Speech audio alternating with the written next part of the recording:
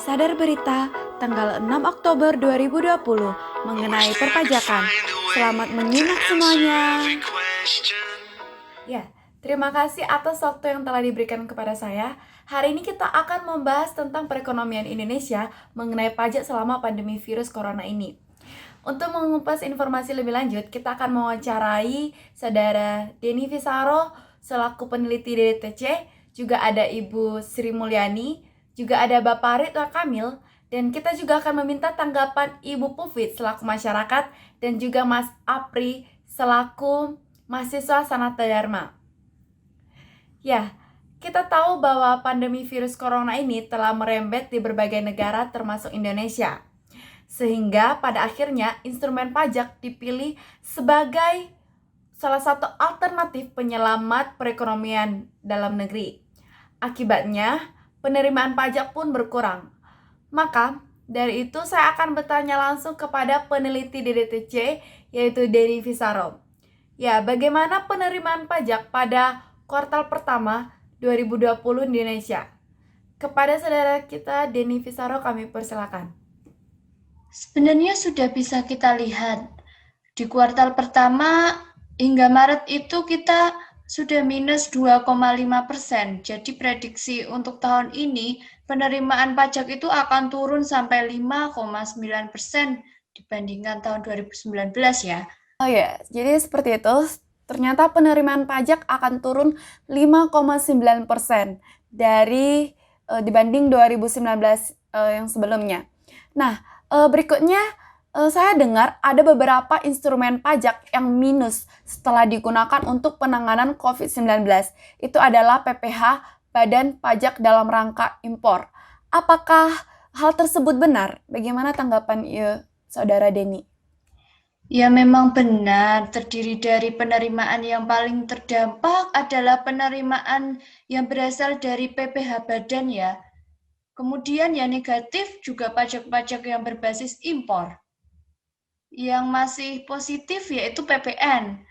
Kalau PPN itu selama 3 tahun terakhir selalu berada di angka sekitar 40-an% dari struktur penerimaan pajak kita sih.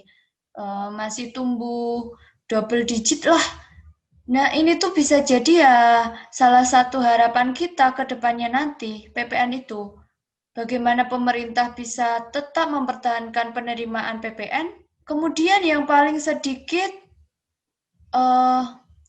ini adalah salah satu indikasi sepertinya PPN juga masih menjadi harapan pemerintah di berbagai negara untuk tetap bisa mempertahankan kinerja penerimaan pajak mereka. Jadi tidak hanya Indonesia saja, seperti itu. Baik, terima kasih kepada saudara kita Denny Visaro. Kali ini kita akan beralih kepada Ibu Sri Mulyani. Nah, Ibu Sri Mulyani, dengan adanya pandemi COVID-19, Kementerian Keuangan mencatat penerimaan pajak semakin seret. Hingga akhir Agustus 2020, realisasi hanya 6.769 triliun atau minus 15,6%. Nah, kira-kira dampak apa yang timbul akibat penerimaan pajak yang semakin menurun ini? Kepada Ibu Sri Mulyani, kami persilakan. Efek penerimaan pajak dengan adanya pandemi COVID-19, banyak korporasi yang mengalami kontraksi yang sangat berat, sehingga berdampak langsung pada penerimaan PPh Badan bulan Juli dan Agustus. Kontraksinya mendekati 50%. Sektor usaha atau badan mengalami tekanan yang sangat luar biasa. Oh, baik Ibu Sri Mulyani. Nah, selanjutnya bagaimana untuk perkembangan penerimaan pajak saat ini, Bu? Apakah semakin membaik ataukah sebaliknya? PPN mencapai 225,4 triliun atau 11,6% dari periode tahun lalu. Sedangkan untuk PBB 9,7 triliun atau minus 33,7% dari tahun lalu. Sedangkan PPh orang pribadi mengalami pertumbuhan sebesar 2,46% di Agustus 2020.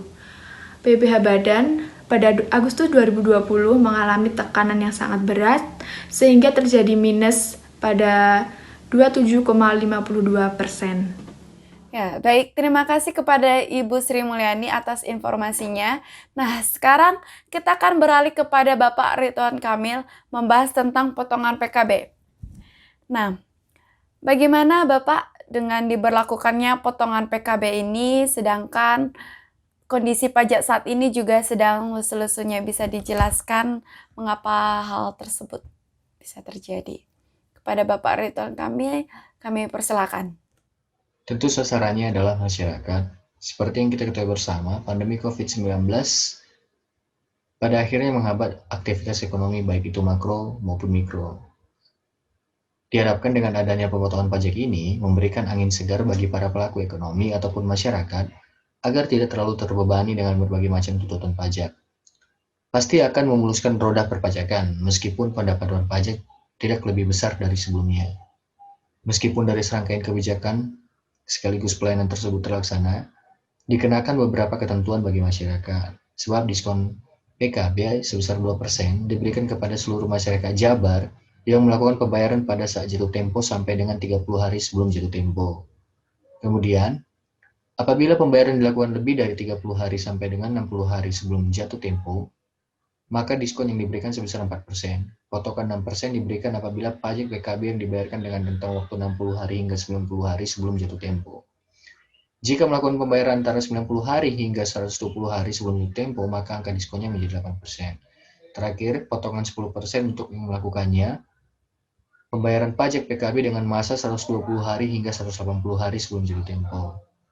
Badan Pendapatan Daerah Provinsi Jabar juga memberikan diskon pajak kendaraan bermotor tahun kelima yang belum dibayar sebesar 100%. Ada juga potongan sebesar 2,5% untuk biaya balik nama kendaraan pertama. Program diskon PKB ini digelar mulai 1 Agustus dan akan berlangsung hingga 23 Desember 2020 nanti. Sekian dari saya, Ridwan Kamil.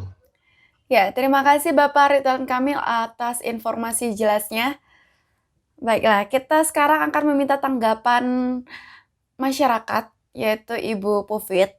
Oke, untuk Ibu Pufit, bagaimana tanggapan Ibu mengenai pembayaran pajak di tengah pandemi COVID-19 ini? Kami persilakan. Sekarang itu kan sudah dipermudah. Kita itu tidak perlu untuk datang lagi ke Samsat langsung di keadaan pandemi sekarang ini. Sekarang itu kita sudah dipermudah, dapat membayar pajak kendaraan itu melalui aplikasi.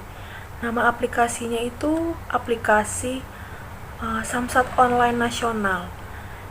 Jadi kalau sudah dipermudah, seharusnya kita sebagai masyarakat itu tetap membayar pajak. Itu kan juga untuk membantu menambah penerimaan negara untuk mengatasi permasalahan COVID. Seperti itu Mbak kalau menurut saya. Oke, Ibu Pufit.